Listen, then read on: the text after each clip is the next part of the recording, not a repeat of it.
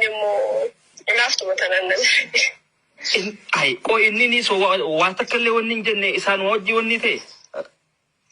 Induma hanuma dubisa na hunda tonkon wa fa wamza kana sun to godu juru to kois. Mali biga. Lakatin tun jalan do te brai. Be khwani nani namni na magaragalu mitiyo to kon wanda be so yaro murasan furada jenis na magaragalu ta yoni sa garagalu korbade. Wanto konsit. Ana ma asirati awanto konsitiva. Sigale akka baklawa datiti wanto konsitiva. Ana ma yonin internet yonin jaladde yo warqa gabadde abu akkana bikana warqa linin gaba hotuga wanin dandawon sevin gorade hotuna bira si yonin nin qabaneo abuga sijaladde helwa awarqa hin qabu yon achira asibasi asitta walin eegani mal fakkat sibasi sani mitibaran sijamara ni processa ana fitate wal funne warna finni suba fitate basi fi khalan gam ana fitate kufudemu wal funne achibota fil madalate ni malaka gumasha takatana mutane so ga filte na mada kare atte galuda amma malaka sabtu gara isani atimo akami ga dubbi maye yani malini khafalamu kabajani Hamzalin dawalin arrosu takabo Hamza kamin Hamza shejaba mal tu sona kesa wasafan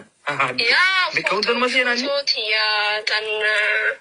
ati fotan kam ne ta juner de fi o kam fotan ko suti ko man ka yara fu dije ati dubi wali sura se khaset erjebi godan dabani dapat sura se khaset erjebi sura se khaset erjebi ya ye wallahi isa tira tilai bi tinase nuga Arab sadar wala kana social media ratin numbers laki me isa tira tinase nu me tajun wallahi Hamza shi da Hamza da bisan garo majallin da biske san gubban san godani da dabani amma passport ya gise gafan da bosa kai sanin jala fudani to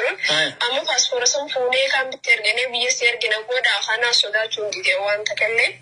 si makadi tufate wan barbade godin jeni na ma si jeriya sin nan uba san to mana nama da gujar dizenga pono mana jala de mutra wan barbade hunta godani da golle si e to golle kan Embe khwani bakatana bakasani wana ni gabde na mumma ta ko haram so jira de mujuru anta saate na bakana ta de e gasifu lan polisa jira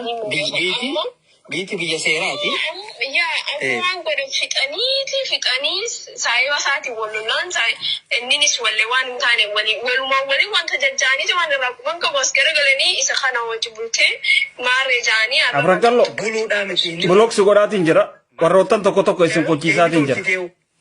hayo namni wan jira